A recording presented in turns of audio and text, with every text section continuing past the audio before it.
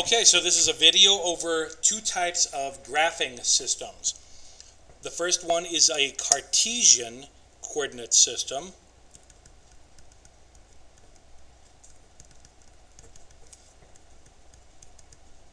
And it was invented by Rene Descartes. They say he was watching a fly on a tile wall and wanted to describe where that fly would be to people.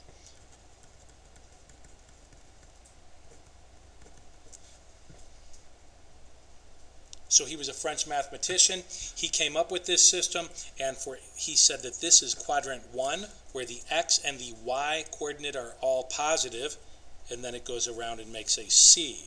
Quadrant 2, 3, and 4.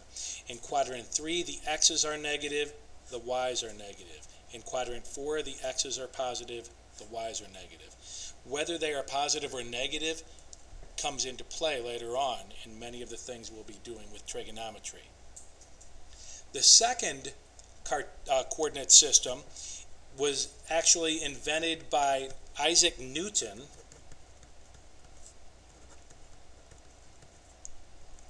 and he was the first one to use what is called polar coordinates to describe where points are.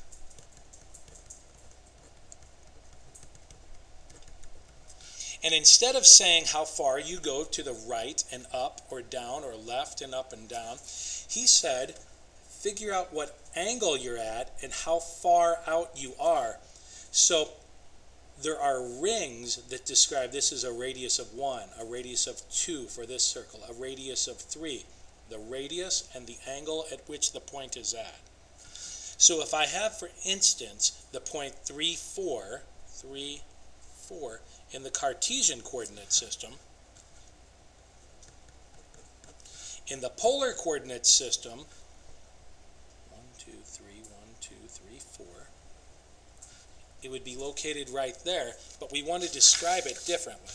We want to say how many rings it is out and at what angle. So we can draw the radius from the origin to the point and make a triangle. That triangle will look like this, where we know we went over 3 and we went up 4. So it is a 3, 4, 5 right triangle. Sometimes we'll have to do the Pythagorean theorem if it's not a nice one. The radius is 5. And the angle in which we're at, we'll have to calculate.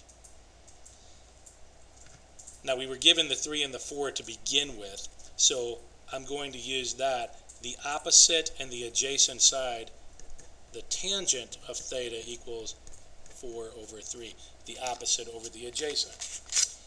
So to solve, I'll first make sure that I'm in radian mode, not radian mode, but degree mode. So I want it in degrees, and that's what I have. And I'll hit second tangent of 4 divided by 3, the inverse tangent. And that tells me that the angle is about 53.1 degrees. The angle, 53.1 degrees. So in polar coordinates, we would describe going over 3 up 4 as at a 53.1 approximately degree angle, travel out 5.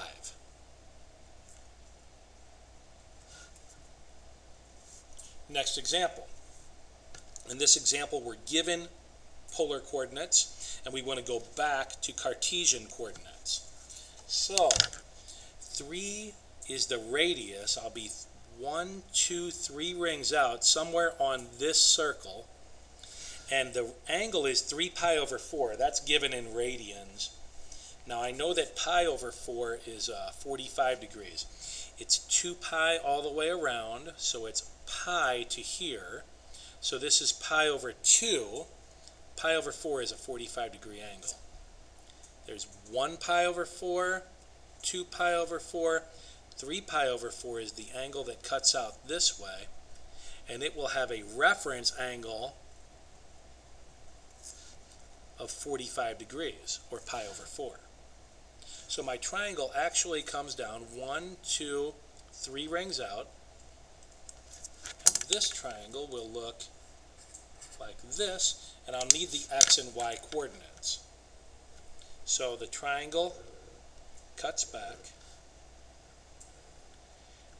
The angle, I'm going to go ahead and change this for my use right now into 45 degrees. It's exactly the same as 3 pi over 4 radians.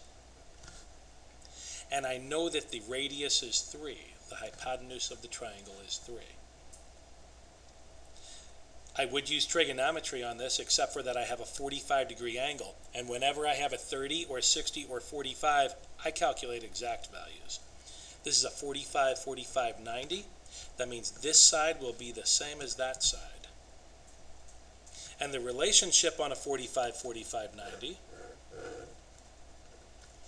is if this is 1 and this is 1, then this is the square root of 2. So if I call this 3, similar to the root 2, I usually solve that by doing 3 equals x root 2. I want to know what multiplier I need. So x equals 3 over the square root of 2, or 3 root 2 over 2. This will be 3 root 2 over 2. This will be 3 root 2 over 2 also, giving me a hypotenuse of 3. So my x-coordinate in this case is the same as my y-coordinate, 3 root 2 over 2, 3 root 2 over 2. If I didn't have a 45-degree angle, I would have to calculate to the nearest 10th or 100th or whatever I was supposed to. For instance, if this was a 13-degree angle, it makes a difference and I can't calculate exact values. So that's how you go back and forth between rectangular and polar coordinates.